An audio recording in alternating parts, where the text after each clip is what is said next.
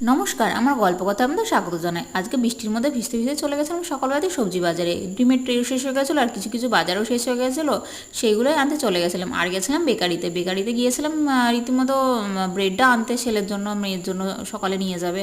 আর এই বিস্কুটটা বলে খুব ভালো, এইটা নিয়ে যান। এর আগের দিন 2-3 প্যাকেট নিয়ে এসেছি, সেগুলোও আছে, এটাও নিয়ে আসলাম। আর এই গেছিলাম 2 রকমের আলু নিয়ে এসেছি, আর বিভিন্ন সবজি নিয়ে এসেছি। আর বেগুন বলছে জানেন কত করে কেজি? 120 টাকা করে কেজি। কী বলুন তো, তাও তো খেতেই হবে, সবজি জিনিস না খেলে হয়। আর এই যে আজকে মেয়ের লাঞ্চ থালিতে ছিল সব রকম সবজি দিয়ে, পেঁপে দিয়ে, ঝিঙে দিয়ে, আলু দিয়ে, বড়ি দিয়ে একটা সবজি। এখানে আছে আলু ভাজা, ডিম সিদ্ধ, টক দই, ভাত। সবজি না খেলে চলে বলুন, একটু আধটু সবজি তো খেতেই হয়। কি করেছে দেখো বিছানাগুলোর অবস্থা, এখানে চারিদিকে ফেলে। এই যে আমাদের পুচি রানী স্টান্ট করছে, স্টাইল এটা।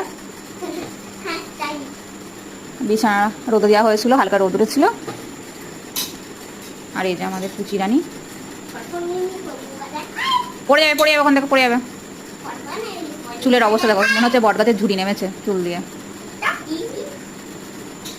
মুগলি, এটা আমাদের মুগলি, মুরগি না মুগলি।